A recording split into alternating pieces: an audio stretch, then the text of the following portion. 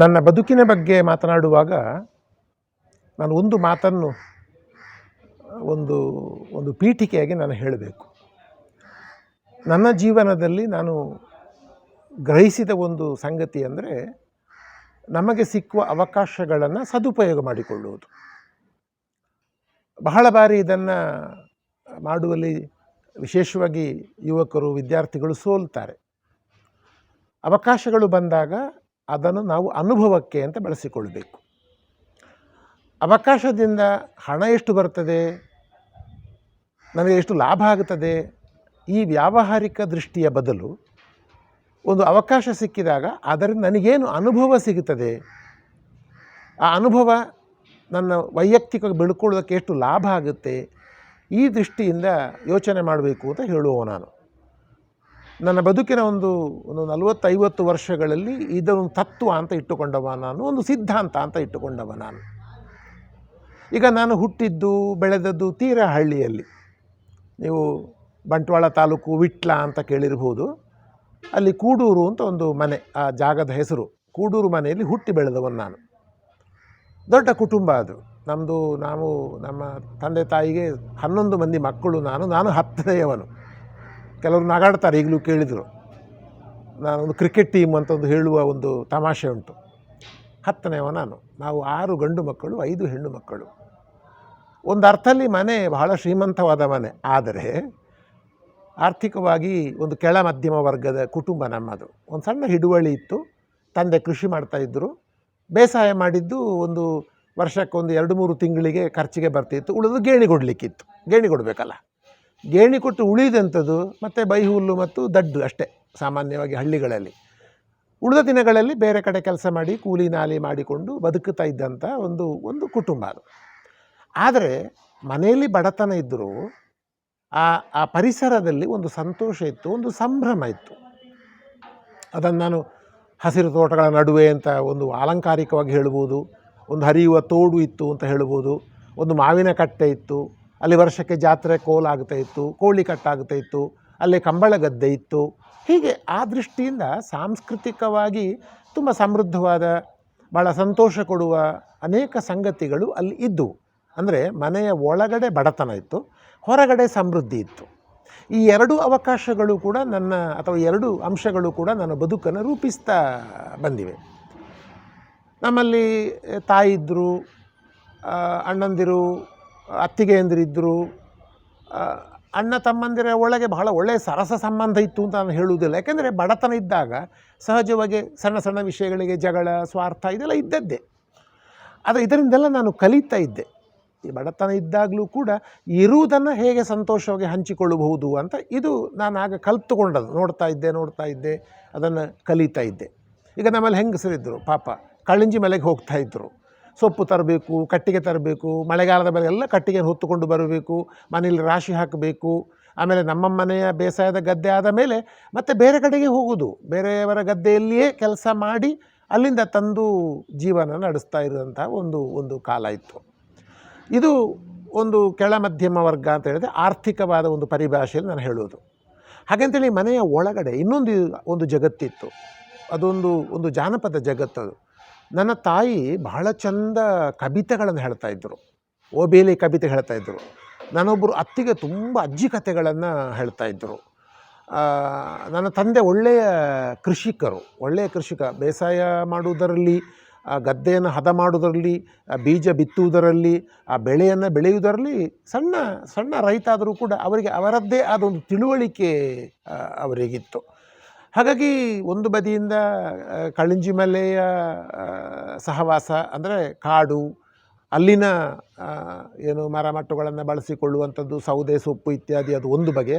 ಅದಕ್ಕೆ ನಾನು ಸಣ್ಣವರೆಗೂ ಹೋಗ್ತಾ ಇದ್ದೆ. ಆ ಕೆಲಸಕ್ಕೂ ನಾನು ಹೋಗ್ತಾ ಇದ್ದೆ. ಆಮೇಲೆ ನಾನು ಶಾಲೆಗೆ ಹೋಗುವ ಹೊತ್ತಿಗೆ ಸುಮಾರು ಹೈಸ್ಕೂಲ್ವರೆಗೂ ಕೂಡ ಗದ್ದೆ ಕೆಲಸ ಮಾಡಿ ಶಾಲೆಗೆ ಹೋಗಬೇಕಾಗಿತ್ತು. ಬೆಳಿಗ್ಗೆ ಏಳಬೇಕು, ಎತ್ತುಗಳನ್ನು ಕೋಣಗಳನ್ನು ಗದ್ದೆಗೆ ಅದನ್ನು ತಗೊಂಡು ಹೋಗಬೇಕು. ಅಲ್ಲಿ ನೊಗ ಕಟ್ಟಿ ನೇಗಿಲು ಹೂಡಬೇಕು, ಎಲ್ಲ ಕೆಲಸ, ಗೊಬ್ಬರ ಹೊರಬೇಕು.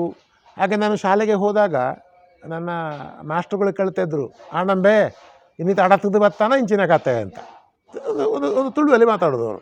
ಇನ್ನು ಗೊಬ್ಬರ ತುಂಬುದ ಅಂಡ, ಇನ್ನು ನೇಜಿದ ಕೆಲಸ ಅಂಡ ಅಂತ ಮನೆ ಕೆಲಸವನ್ನು ಕೇಳಿ ವಿಚಾರಿಸ್ತಾ ಇದ್ದರು.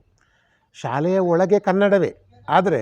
ಆದರೂ ನಾವು ಹೀಗೆ ಮಾಸ್ಟ್ರುಗಳು ನಮ್ಮೊಟ್ಟಿಗೆ ಮಾತಾಡೋ ತುಳು ಒಂದು ಪ್ರೀತಿಯ ಭಾಷೆ. ಅದು ಕನ್ನಡ ಕಲಿಕೆಯ ಭಾಷೆ. ಆದರೆ ಪ್ರೀತಿ ಅದೊಂದು ಭಾವನೆಯ ಭಾಷೆ. ಅದು ಇವತ್ತು ಆ ಥರದ ಒಂದು ಸಂವೇದನೆ ನಮ್ಮ ಅನೇಕ ಮಕ್ಕಳಲ್ಲಿ ಇಲ್ಲ.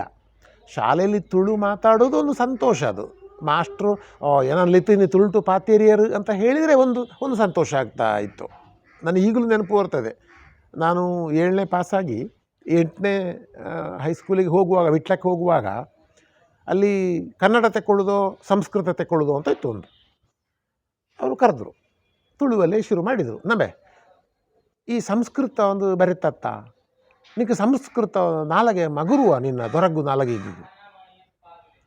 ನನಗೆ ನಿಜವಾಗಿ ಸಂಸ್ಕೃತ ಒಳ್ಳೆಯದೋ ಕನ್ನಡ ಒಳ್ಳೆಯದೋ ನನಗೆ ಗೊತ್ತಿರಲಿಲ್ಲ. ನಾನು ಹೇಳಿದರು ಸಂಸ್ಕೃತ ತಗೊಂಡ್ರೆ ಮಾರ್ಕ್ ಸಿಗ್ತದೆ ಅಂತ ಹೇಳಿದರು, ತಗೊಂಡೆ ನಾನು ಅಷ್ಟೇ. ನನಗೆ ಅದಕ್ಕಿಂತ ಇದು ಒಳ್ಳೆಯದು ಅಂತ ಆ ಥರದೊಂದು ಭಾವನೆಯೂ ಇರಲೂ ಇಲ್ಲ. ನಾನು ಹೇಳಿದೆ, ಎಂಕ ಹೌದಲ್ಲ ಗೊತ್ತು ಜಿ, ಏನು ಕಲ್ಪೆ ಅಂತ ಹೇಳಿದೆ ನಾನು.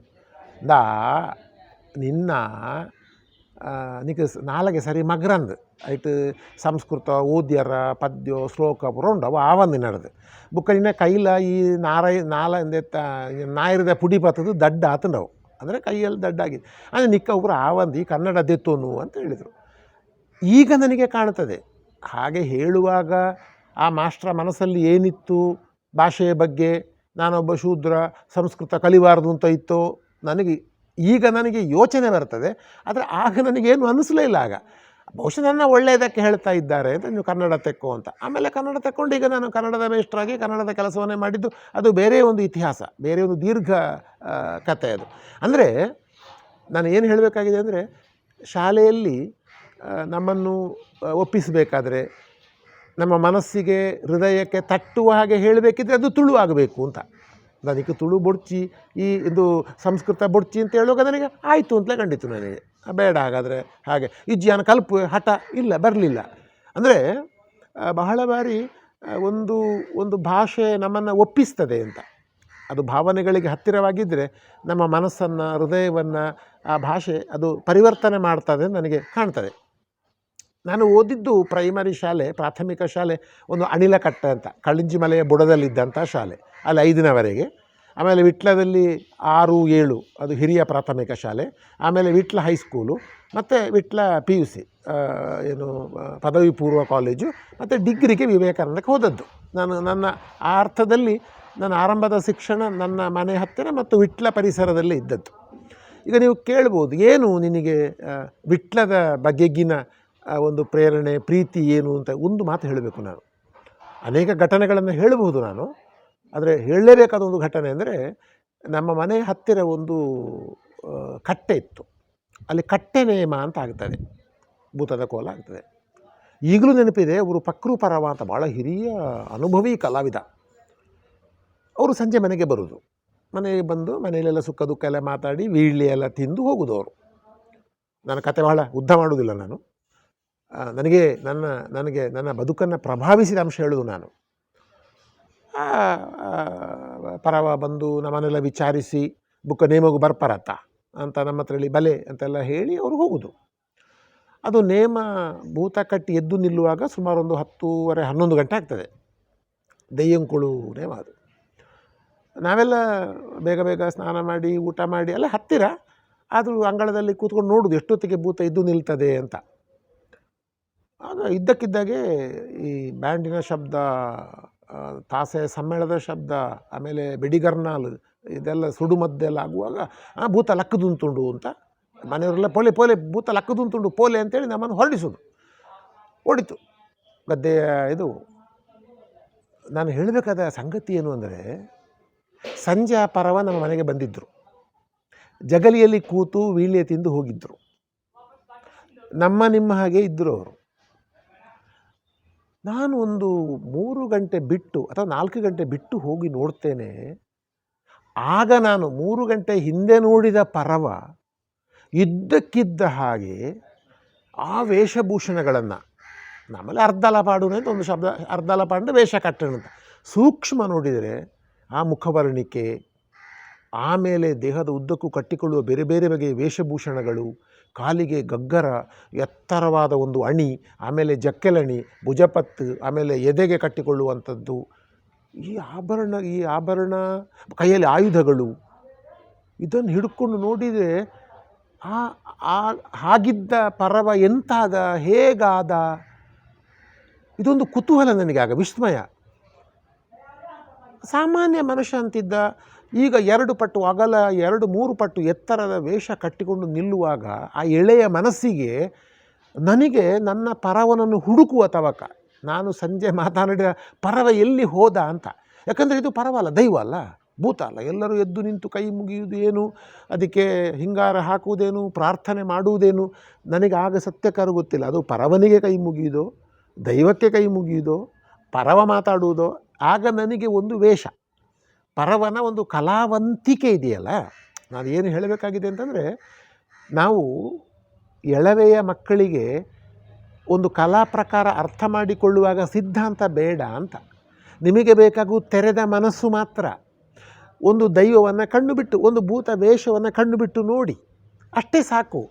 ಅದು ಹೇಗೆ, ಒಂದು ದೈವ ಅಂದರೆ ಏನು, ಭೂತ ಅಂದರೆ ಏನು, ಅದು ಗಂಡು ಭೂತವೋ ಹೆಣ್ಣು ಭೂತವೋ, ಭೂತ ಎಲ್ಲಿ ಇರ್ತದೆ, ಭೂತ ಮೈಮೇಲೆ ಬರೋದು ಹೌದೋ ಅಲ್ವೋ, ಪಾರಿ ಅಂದರೆ ಏನು, ನುಡಿಕಟ್ಟು ಅಂದರೆ ಏನು, ಮದಿಪು ಅಂದರೆ ಏನು, ಇದು ಯಾವಾಗ ಇದು ಪ್ರಬುದ್ಧರಾದ ಮೇಲೆ ನಿಮಗೆ ಅದರ ಬಗ್ಗೆ ಒಂದು ತಿಳುವಳಿಕೆ, ಜ್ಞಾನ ಬೇಕು ಅಂತಾದರೆ ಆ ಚರ್ಚೆಗೆ ಹೋಗಬೇಕಾಗ್ತದೆ. ನಾನು ಮಾಡಿದ್ದೆ ಅದನ್ನೇ. ಆಮೇಲೆ ಆರಂಭದಲ್ಲಿ ನನಗೇನು ಅಂದರೆ ಒಂದು ವಿಸ್ಮಯ, ಎಂತ ಇದು ಇವರಿಗೆ ಈ ಶಕ್ತಿ ಸಾಮರ್ಥ್ಯ ಹಾಗೆ ಬಂತು, ಈ ಕುಣಿಯುವ ಅದನ್ನು ಹೇಗೆ ಕಲಿತುಕೊಂಡ್ರು, ಈ ಹಾಡ್ತಾಯಿದ್ರು ಅವರು, ಪಾಡ್ದನ ಹಾಡ್ತಾಯಿದ್ರು, ಈ ಪಾಡ್ದನವನ್ನು ಹೇಗೆ ಕಲಿತುಕೊಂಡದ್ದು. ಯಾಕೆಂದರೆ ನನಗೆ ಗೊತ್ತಿದ್ದಾಗೆ ಅವರು ಶಾಲೆಗೆ ಹೋದವರಲ್ಲ, ಓದು ಬರಹ ಬರುವುದಿಲ್ಲ. ಹಾಗಂತೇಳಿ ಅಷ್ಟು ಜನರ ಸಮಕ್ಷಮದಲ್ಲಿ ಎಲ್ಲರ ಪ್ರಶ್ನೆಗಳಿಗೆ ಉತ್ತರವನ್ನು ಕೊಡುವುದು. ಹಾಗೆ ನಾನು ಒಂದು ಕೈ ಕಟ್ಟಿ ಅಲ್ಲಿ ಒಂದು ಬದಿಯಲ್ಲಿ ನಿಂತುಕೊಂಡು ಭಾಳ ಬಾರಿ ನೋಡ್ತಾ ಇದ್ದೆ. ನಾನು ಸತ್ಯ ಹೇಳ್ಬೇಕಾದ್ರೆ ಹೇಳಿದರೆ ನನ್ನ ಪರವ ಮೊದಲನೇ ಯಾವಾಗ ನನಗೆ ನೋಡಲಿಕ್ಕೆ ಸಿಗ್ತಾರೆ ಅಂತ ಎನ್ನುವ ರೀತಿಯಲ್ಲಿ. ಅಂದರೆ ಇದನ್ನೀಗ ನಾವೊಂದು ಮೆಟಾಫಾರ್ಸಿಸ್ ಅಂತ ಇಂಗ್ಲೀಷ್ ಹೇಳ್ತೇವೆ, ರೂಪಾಂತರ ಅಂತ ದೊಡ್ಡ ಪದಗಳುಂಟು, ಭೂತ ಕಾಣಿಸಿಕೊಳ್ಳೋ ಜಗತ್ತಿಗೆ ಮಧ್ಯಂತರ ಜಗತ್ತು, ಹೀಗೆ ನಾನು ವಿಶ್ಲೇಷಣೆ ಮಾಡಿದ್ದೇನೆ. ಆಮೇಲೆ ನಾನು ಹೇಳಬೇಕಾದ ಮಾತು, ಭೂತಾರಾಧನೆಯ ಬಗ್ಗೆ ಅದರ ಕೋಲ, ನೇಮ, ಬಂಡಿ, ಮೆಚ್ಚಿ, ಮೈಮೆ, ಜಾಲಾಟ, ಹೀಗೆ ಬೇರೆ ಬೇರೆ ಪ್ರಭೇದಗಳುಂಟು. ಇದೆಲ್ಲ ನಾನು ಆ ಪ್ರಭೇದಗಳನ್ನು ಗುರುತು ಮಾಡಿದ್ದು, ನನ್ನ PhD ಪ್ರೌಢ ಪ್ರಬಂಧ ಬರೆದದ್ದು, ಕನ್ನಡದಲ್ಲಿ ಇಂಗ್ಲೀಷಲ್ಲಿ ಅನೇಕ ಲೇಖನಗಳನ್ನು ಬರೆದದ್ದು, ಅನೇಕ ತಾಂತ್ರಿಕ ಪಾರಿಭಾಷಿಕ ಪದಗಳನ್ನು ಬಳಸಿದ್ದು, ಕೆಲವು ಪರಿಕಲ್ಪನೆಗಳನ್ನು ಜೋಡಿಸಿದ್ದು. ಮಧ್ಯಂತರ ಜಗತ್ತು ಅಂದರೆ ಏನು, ಅಗೋಚರ ಜಗತ್ತು ಅಂದರೆ ಏನು, ಅದು ದೈವ ಹೇಗೆ ಮಧ್ಯಂತರ ಜಗತ್ತಿಗೆ ಬರ್ತದೆ, ಜೋಗ ಅಂದರೆ ಏನು, ಮಾಯಾ ಅಂದರೆ ಏನು, ಅದೆಲ್ಲ ನಾನು ಚರ್ಚೆ ಮಾಡಿದ್ದೇನೆ. ಅದೊಂದು ನಂತರದ್ದು. ಅಂದರೆ ನಾನೀಗ ಮುಖ್ಯ ಹೇಳಬೇಕಾದದ್ದು, ನಮ್ಮ ಮಕ್ಕಳಿಗೆ ನಾವು ಏನು ಮಾಡಬೇಕು ಅಂತ ಹೇಳಿದರೆ, ಅವರಿಗೆ ಅರ್ಥ ಆಗಬೇಕು ಅಂತಿಲ್ಲ, ಅನುಭವ ಆಗಬೇಕು. ಅರ್ಥ ಆಗುವುದಲ್ಲ. ಒಂದು ಸಾಹಿತ್ಯ ಕೃತಿ, ಒಂದು ಕಲಾಕೃತಿ ಅರ್ಥ ಆಗ್ತದೋ ಎನ್ನುವುದಕ್ಕಿಂತ ಬಹಳ ಮುಖ್ಯವಾಗುವುದು ಆ ಕಲಾಕೃತಿ ಅಥವಾ ಒಂದು ಸಾಹಿತ್ಯ ಕೃತಿ ಅವನಿಗೆ ಎಂಥ ಅನುಭವವನ್ನು ಕೊಡ್ತದೆ ಅಂತ. ಹಾಗಾಗಿ ಮಕ್ಕಳಿಗೆ ನಾವು ಮಾಡಬೇಕಾದದ್ದೇ ಅನುಭವ ಕೊಡುವ ಹಾಗೆ ಮಾಡಬೇಕು. ಅವರಿಗೆ ಅದು ಏನು ಅನುಭವ ಕೊಡ್ತದೋ ಅದು ಬಹಳ ಶ್ರೀಮಂತವಾದದ್ದು, ಅದು ಅವನ ವ್ಯಕ್ತಿತ್ವವನ್ನು ರೂಪಿಸ್ತದೆ. ನಮ್ಮಲ್ಲಿ ಬಹಳ ಬಾರಿ ಏನಾಗ್ತದೆ ಅಂತಂದರೆ, ಅದು ಹೋಗಬೇಡ, ನಿನಗೆ ಅದು ಅರ್ಥ ಆಗಲಿಕ್ಕಿಲ್ಲ, ನೀನೆಂಥದ್ದು ಕಂಬಳ ನೋಡ್ಲಿಕ್ಕೆ ಹೋಗೋದು ಈ ಸಣ್ಣ ಪ್ರಾಯದಲ್ಲಿ, ನಿನಗೆ ಯಾಕೆ ಕೋಳಿ ಕಟ್ಟ, ಯಾಕೆ ನಿನಗೆ ಅದು ಜೂಜು, ಹಾಗೆಲ್ಲ ನೋಡಬೇಕು. ಮಕ್ಕಳನ್ನು ನಾವು ಎಲ್ಲ ರಂಗಭೂಮಿ ಪ್ರಕಾರಗಳಿಗೆ ಎಸೆಯುವುದು ಅಂತ ಹೇಳ್ತೇನೆ ನಾನು. ನಾವು ಮಕ್ಕಳನ್ನು ಬಿಸಾಡಬೇಕು, ಮಕ್ಕಳಲ್ಲಿ ಹೋಗಿ ಬೀಳಬೇಕು. ಅವರಿಗೆ ಅದರಲ್ಲಿ ಎಲ್ಲದರಲ್ಲಿ ಆಸಕ್ತಿ ಬರ್ತದೆ ಅಂತಲ್ಲ, ಬರಬೇಕಾಗಿಯೂ ಇಲ್ಲ. ಆದರೆ ಎಳವೆಯಲ್ಲಿ ಎಷ್ಟೆಷ್ಟು ಅದು ಹರಿಯುವ ನೀರಿರ್ಬೋದು, ಬೀಸುವ ಗಾಳಿ ಇರ್ಬೋದು, ಸುರಿಯುವ ಮಳೆ ಇರ್ಬೋದು, ಬೆಟ್ಟ ತಪ್ಪಲಿರ್ಬೋದು, ಬಯಲಿರ್ಬೋದು, ಜಾನುವಾರು ಇರ್ಬೋದು, ಗದ್ದೆ ಇರ್ಬೋದು, ತೋಟ ಇರ್ಬೋದು, ಅಲ್ಲೆಲ್ಲ ಮಕ್ಕಳು ನಲಿದಾಡಿದರೆ ಅವರಿಗೊಂದು ಅನುಭವ ಆಗುತ್ತದೆ ಅಂತ. ಇದು ಅನುಭವ ಅಂತ. ಕಾರಂತರು ಅನುಭವಕ್ಕಿಂತ ದೊಡ್ಡದು ಯಾವುದೂ ಇಲ್ಲ ಅಂತ. ಸಾಮಾನ್ಯ ಶಿವರಾಮ ಕಾರಂತರ ಕೃತಿಗಳ ಬಗ್ಗೆ ಮಾತನಾಡುವಾಗ ಅವರ ಎಲ್ಲ ಕೃತಿಗಳ ದ್ರವ್ಯವೇ ಅನುಭವ ಅಂತ ಹೇಳ್ತಾರೆ. ನಾನು ಹೇಳೋದು ಸಾಹಿತ್ಯ ಕೃತಿಗೆಲ್ಲ, ನಮ್ಮ ಬದುಕಿಗೆ ನಮಗೊಂದು ವಿಷಯ ಮಾತಾಡಬೇಕಾದ್ರೆ ಅನುಭವ ಬೇಕು. 4 ಜನ ಸೇರಿದರೆ ಒಂದು ಎಂಥದ್ದು ಅಂತ ಕೇಳಿದರೆ ನಮಗೆ ಹೇಳುವುದಕ್ಕೊಂದು ಅನುಭವ ಬೇಕು ಅಂತ. ಹಾಗಾಗಿ ನಾವು ಎಷ್ಟರ ಮಟ್ಟಿಗೆ ನಮ್ಮ ಅನುಭವ ಶ್ರೀಮಂತಿಕೆಯನ್ನು ಪಡ್ಕೊಳ್ತೇವೋ ಅದು ನಾನು ಮುಖ್ಯವಾಗಿ ಹೆತ್ತವರಿಗೆ ಮಕ್ಕಳಿಗೆ ಹೇಳುವುದು, ಮತ್ತೆ ಹೇಳ್ತಾ ಇದ್ದೇನೆ, ನಿಮಗೆ ಅದು ಅರ್ಥ ಆಗ್ತದೋ ಬೇಕೋ ಬೇಡವೋ ಅದರಿಂದ ಹಣ ಎಷ್ಟು ಸಿಗುತ್ತದೆ ಹಾಗೆ ಲೆಕ್ಕ ಹಾಕೋದಲ್ಲ. ಯಾಕಂದರೆ ಒಂದು ಭೂತ ಕೋಲ, ಒಂದು ಯಕ್ಷಗಾನ ನೋಡಲಿಕ್ಕೆ ಹೋಗೋದಕ್ಕೆ ಖರ್ಚು ಎಂತ ಆ ಕಾಲಕ್ಕೆ ಇರಲಿಲ್ಲ, ಹರಿಕೆ ಬಯಲಾಟ ಇತ್ತು, ಬಣ್ಣ ಬಣ್ಣದ ವೇಷಗಳು ಬರ್ತಾಯಿದ್ರು. ನಾನು ಭೂತದ ಕೋಲಕ್ಕೆ ಹೋದರೆ ಆ ದೈವದ ಹತ್ತಿರ ನಿಂತು ಅದು ದಿಂಗಣ ಹಾಕಲಿಕ್ಕುಂಟು. ಆಗ ತಿರಿ ತೆಂಗಿನ ಎಳೆಯ ಗರಿಯ ಅದರದ್ದೊಂದು ವಾಸನೆ ಎಂಥ ಚಂದ ಮುಖಕ್ಕೆ ಬಡಿತಾ ಇತ್ತು. ಅದೊಂಥರ ಪರಿಮಳವೇ ನಿಮಗೊಂದು ಅಮಲು ಬರಿಸುವ ಹಾಗೆ ಒಂದು ಸಂತೋಷದ ಒಂದು ಒಂದು ಒಂದು ಒಂದು ಅನುಭವ ಅದು. ಹಾಗಾಗಿ ಈ ಥರದ ಅನುಭವಗಳನ್ನು ಪಡ್ಕೊಂಡು, ಅನುಭವಗಳಿಗೆ ನನ್ನನ್ನೇ ನಾನು ಒಡ್ಡಿಕೊಂಡು ನಾನು ಬೆಳ್ಕೊಂಡು ಬಂದವ. ನಮ್ಮ ಮನೆಗೆ ಈ ಕಲಾವಿದರು ಬರ್ತಾಯಿದ್ರು, ನಲಿಕೆಯವರು ಬರ್ತಾಯಿದ್ರು, ಈಗ ಮಾದಿರ ಕುಣಿಲಿಕ್ಕೆ ಬರ್ತಾಯಿದ್ರು, ಆಟಿಕೆಳಂಜೆ ಬರ್ತಾಯಿದ್ರು, ಪರವರು ಸಿರಿವೇಶ ಹಾಕಿಕೊಂಡು ಬರ್ತಾಯಿದ್ರು, ಈಗ ಎಲ್ಲ ಬಗೆಯ ಕುಣಿತಗಳು ಬರ್ತಾಯಿದ್ರು. ಅವರು ಬಂದು ಕುಣಿತಾಯಿದ್ರು. ನನಗದು ಏನೂ ಅರ್ಥ ಆಗ್ತಿರಲಿಲ್ಲ. ಹಾಗಂತೇಳಿ ಕುಣಿದಾಗ ಮನೆಯಿಂದ ಮತ್ತೇನೋ ಸಣ್ಣ ಯಾಕಂದ್ರೆ ನಾವು ಬಡವರೇ ಇಂಥ ಸೌತೆ ಇಂಥದ್ದು ಸಣ್ಣ ವಸ್ತುಗಳನ್ನು ಕೊಡ್ತಾ ಇದ್ದದ್ದು. ಆದರೆ ಅದನ್ನು ಬಹಳ ಪ್ರೀತಿಯಿಂದ ತಗೊಳ್ತಾ ಇದ್ದರು. ಆಗ ನಾನು ಹೇಳ್ತಾ ಇದ್ದೆ, ಒಂದು ಸೌತೆ ಹೆಚ್ಚು ಕೊಡಿ, ಒಂದು ಸ್ವಲ್ಪ ಅದು ಹೆಚ್ಚು ಕೊಡಿ, ಅವರಷ್ಟು ಕುಣಿದರಲ್ವ.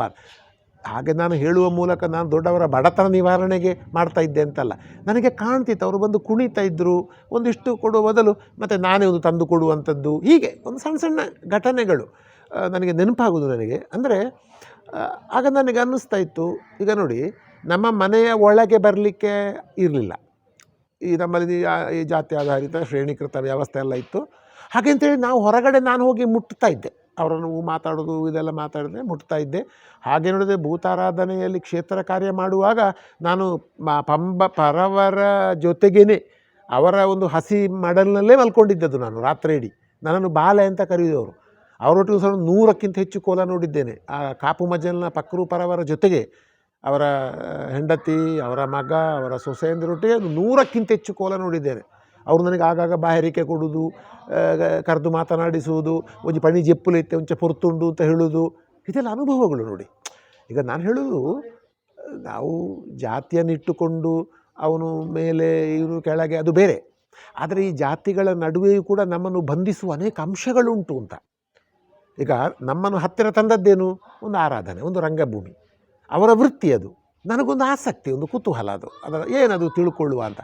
ಇಂಥ ಸಮಾನ ಆಸಕ್ತಿಗಳನ್ನು ಇಟ್ಟುಕೊಂಡೇ ನಾವು ಮನುಷ್ಯ ಸಂಬಂಧವನ್ನು ಬೆಳೆಸಬೇಕು ಅಂತ ಹೇಳೋದು ನಾನು. ಜಾತಿ ಇಟ್ಟುಕೊಂಡಲ್ಲ, ಜಾತಿ ಇಟ್ಟುಕೊಂಡು ಸಂಬಂಧ ಬೆಳೆಸುವುದಲ್ಲ. ಜಾತಿ ಇರ್ತದೆ, ಅದೊಂದು ವಾಸ್ತವ ಅಂತ ಹೇಳ್ತಾರೆ, ಇರಲಿ ಅದು. ಹಾಗಂತೇಳಿ ಈಗ ನಾನು ಪಂಬದರ ಜೊತೆಗೆ ನೋಡಿ, ಈಗ ನಮ್ಮ ಮನೆಯ ಒಳಗೆ ಅಥವಾ ಬೇರೆಯವರ ಮನೆಗೆ ನಲಿಕೆಯವರು ಬರಲಿಕ್ಕೆ ಅವರು ಹೇಗೆ ನಿಷೇಧ ಇತ್ತೋ, ನಮಗೆ ಬ್ರಾಹ್ಮಣರ ಮನೆಗೆ ಹೋಗ್ಲಿಕ್ಕೆ ನಮಗೂ ಇರಲಿಲ್ಲ. ಹಾಗಾಗಿ ನಾವೀಗ ಇಲ್ಲ ನಮ್ಮನ್ನು ಬ್ರಾಹ್ಮಣರು ದೂರ ಇಟ್ಟರು ಅಂತ ಹೇಳುವಾಗ ನಮ್ಮನ್ನು ಇನ್ನೊಬ್ಬರು ಆಕ್ಷೇಪಿಸ್ತಾರೆ. ಅಂದರೆ ನಾವು ಯಾರನ್ನು ಆಕ್ಷೇಪಿಸ್ತೇವೆಯೋ ಆಗ ನಾವು ತಿಳ್ಕೊಳ್ಬೇಕು, ನಾವು ಆಕ್ಷೇಪಿಸುವ ಎಲ್ಲೋ ಒಂದು ಕಡೆ ನಾವು ಇದ್ದೇವೋ ಅಂತ ನೋಡಿಕೊಳ್ಬೇಕು ನಾವು. ಅಂದರೆ ಮತ್ತೊಬ್ಬರನ್ನು ಆಕ್ಷೇಪಿಸುವಾಗ ನಾನು ಎಲ್ಲಿದ್ದೇನೆ ಅಂತ ನೋಡಿಕೊಂಡು ನನ್ನ ಬಗ್ಗೆ ಏನಾದರೂ ಆಕ್ಷೇಪಗಳು ಉಂಟೋ ಅಂತ. ಹೀಗಾದಾಗ ಒಂದು ಸಮಾಜ ಅದು ಬದಲಾಗ್ತಾ ಹೋಗ್ತದೆ. ಇದು ಸಣ್ಣ ಘಟನೆಗಳು ಹೇಳೋದು ನಾನು. ಸಮಾಜ ಬದಲಾಗಬೇಕು ಅಂತ ಹೇಳೋದು ಕಾನೂನಿಂದ ಅಂತ ನನಗೆ ಅನಿಸೋದಿಲ್ಲ.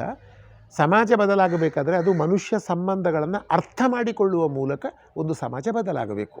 ಹಾಗಾಗಿ ಯಾವ ವ್ಯಕ್ತಿ ಒಂದು ಸಮಾಜದಲ್ಲಿ ಈ ಸಂಬಂಧಗಳನ್ನು ಬೆಸೆಯುವ ಕಡೆಗೆ ತುಡಿತಾನೋ, ಪ್ರತ್ಯೇಕ ಮಾಡುವುದರ ಕಡೆಗಲ್ಲ, ಅಂಥ ಸಮಾಜ ಅದು ಸಹಜವಾಗಿಯೇ ಹೆಚ್ಚು ಸಂಘರ್ಷ ಇಲ್ಲದೆಯೇ ಬದಲಾವಣೆಗೆ ಒಳಗಾಗ್ತದೆ.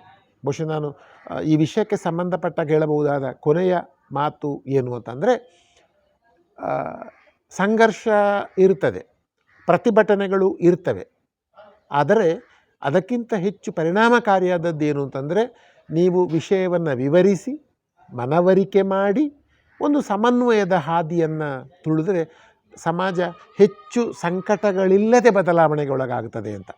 ಕೆಲವೊಮ್ಮೆ ತೀವ್ರ ಪ್ರತಿಭಟನೆಯೋ ಪ್ರತಿರೋಧವೋ ಬೇಕಾಗಬಹುದು, ಸಂಘರ್ಷ ಬೇಕಾಗಬಹುದು, ಆದರೆ ಅದು ಎಲ್ಲ ಕಡೆ ಅನಿವಾರ್ಯ ಅಲ್ಲ ಅಂತ ಹೇಳೋದು ನಾನು ಹೇಳೋದು ಮನ ಪರಿವರ್ತನೆಯ ಮೂಲಕ, ಒಂದು ಸಮನ್ವಯದ ಮಾತುಗಳನ್ನು ಆಡುವ ಮೂಲಕ, ಸೌಹಾರ್ದದ. ಈಗ ಒಂದು 40-50 ವರ್ಷಗಳ ಹಿಂದೆ ನಮ್ಮ ಸಮಾಜ ಅದು ಜಾತಿತ್ತು ಆಗಲು, ಆದರೆ ಅದು ಗೋಡೆ ಆಗಲಿಲ್ಲ, ಗೋಡೆ ಆಗ್ತಿರಲಿಲ್ಲ. ನಾನು ಕ್ರಿಶ್ಚಿಯನ್ರ ಮನೆಗೆ ಹೋಗ್ತಾಯಿದ್ದೆ, ಊಟ ಮಾಡ್ತಾಯಿದ್ದೆ, ಮುಸ್ಲಿಮರ ಮನೆಗೆ ಹೋಗ್ತಾಯಿದ್ದೆ, ತಿಂಡಿ ತಿಂತಾಯಿದ್ದೆ, ಅವರು ನಮ್ಮಲ್ಲಿಗೆ ಬರ್ತಾಯಿದ್ರು. ಇವತ್ತು ನೋಡಿ, ಈಗ ನಾನು ಹೇಳ್ತಾ ಇರೋದು ಹಾಗಾದರೆ ಸಮಾಜ ಸುಧಾರಣೆಯಾಗಿದೆ. ಒಮ್ಮೊಮ್ಮೆ ಕಾಣ್ತದೆ ನಮ್ಮ ಸಮಾಜ ಇವತ್ತು ಬಹಳ ಸುಧಾರಣೆಯಾಗಿದೆ, ನಾವು ಬಹಳ ಒಳ್ಳೆಯ ಕಾಲಘಟ್ಟದಲ್ಲಿದ್ದೇವೆ ಅಂತ. ಬಹಳ ಸೂಕ್ಷ್ಮವಾಗಿ ನೋಡಿದ್ರೆ ಕಾಣ್ತದೆ. ಕೆಲವೊಮ್ಮೆ ನಾವು ಯಾವ ಪ್ರಮಾಣದಲ್ಲಿ ನಾವು ಆ ಥರದ ಒಂದು ಸೌಹಾರ್ದತೆಯನ್ನು ಸಾಧಿಸಬೇಕಾಗುತ್ತೋ ಅಷ್ಟರ ಮಟ್ಟಿಗೆ ಆಗಲಿಲ್ಲ ಅಂತ ಕಾಣ್ತದೆ. ಅಂದರೆ ನಾವು ಸಂಭ್ರಮ ಪಡುವ ಅನೇಕ ಸಂಗತಿಗಳುಂಟು ನಮ್ಮ ಸಮಾಜದಲ್ಲಿ, ನಮ್ಮ ಸುತ್ತಮುತ್ತ. ಹಾಗಂತೇಳಿ ನಾವು ಆತಂಕ ಪಡುವ ಸಂಗತಿಗಳಿಗುಂಟು. ಆದರೆ ಎಷ್ಟೋ ಆತಂಕಗಳು ಅದು ಮನುಷ್ಯ ಸ್ವಾರ್ಥದಿಂದ, ಅಹಂಕಾರದ ರೂಪಿಸಿಕೊಂಡದ್ದು ಅಂತ ಕಾಣ್ತದೆ. ಹಾಗಾಗಿ ನಾವು ಮನುಷ್ಯ ಮತ್ತು ಒಟ್ಟು ಜೀವ ಪರಿಸರ ಅಂತ ಇಟ್ಟುಕೊಂಡ್ರೆ, ಪ್ರತಿಯೊಂದು ಜೀವಿಗೂ ಅದರದ್ದೇ ಆದ ಒಂದು ಬದುಕುವ ಹಕ್ಕು ಇದೆ ಅಂತ ಭಾವಿಸಿಕೊಂಡ್ರೆ, ಮತ್ತು ಅರ್ಥ ಮಾಡಿಕೊಂಡು ಬದುಕುವುದು ಅಂತ, ಮನುಷ್ಯರ ಅರ್ಥ ಮಾಡಿಕೊಂಡು ಬದುಕುವುದು ಅಂತ, ಮತ್ತು ನಮ್ಮ ಅನುಭವಗಳನ್ನೇ ಕಟ್ಟಿಕೊಂಡು ನಾವು ಬದುಕುವುದು ಅಂತ ಮಾಡಿದರೆ ಬಹುಶಃ ಒಂದು ಬಗೆಯ ಶ್ರೇಯಸ್ಕರವಾದ ಬದುಕನ್ನು ನಾವು ಸಾಧಿಸಬಹುದು ಅಂತ ನನಗೆ ಕಾಣ್ತದೆ.